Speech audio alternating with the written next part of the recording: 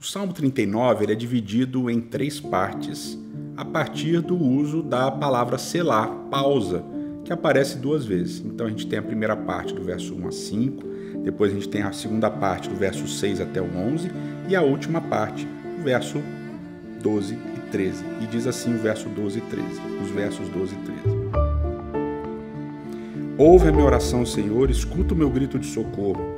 Não sejas indiferente ao meu lamento, pois sou para ti um estrangeiro, como foram os meus antepassados. Desvia de mim os teus olhos, para que eu volte a ter alegria, antes que eu me vá e deixe de existir.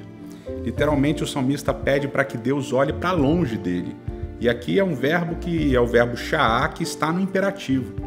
Esse verbo sha'á é um verbo usado para falar sobre como os príncipes, os mestres, os reis, eles olham para as pessoas de cima para baixo, vigiando essas pessoas, olhando, procurando alguma coisa. Então, basicamente, o que o salmista está dizendo é: Senhor, se o Senhor ficar olhando atentamente, se o Senhor ficar olhando para achar alguma coisa, o Senhor vai achar. Portanto, olha para longe, afasta o teu olhar de mim. E essa mesma expressão, essa mesma ideia, esse mesmo conceito, com o mesmo verbo, aparece em outro texto poético também, em Jó, capítulo 7. Lá em Jó, capítulo 7, a partir do verso 17, a gente lê assim: Que é o homem para que você lhe dê importância e atenção, para que o examines a cada manhã e o proves a cada instante? Nunca desviarás de mim o teu olhar, nunca me deixarás sós nem por um instante?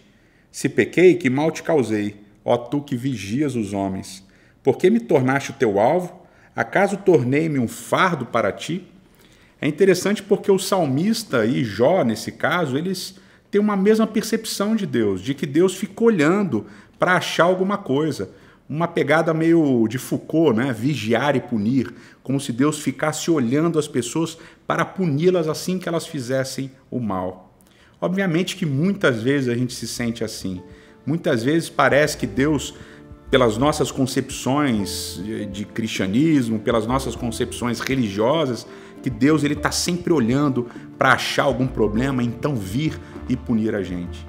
Mas a gente percebe ao longo de toda a Escritura que mesmo que a gente tenha esse sentimento, mesmo que Jó tivesse esse sentimento, mesmo que o salmista tivesse esse sentimento, que Deus não é assim. Pelo contrário, os olhos de Deus estão sempre dispostos a pousar sobre nós, para nos acolher, para nos receber, para nos perdoar e para nos salvar também.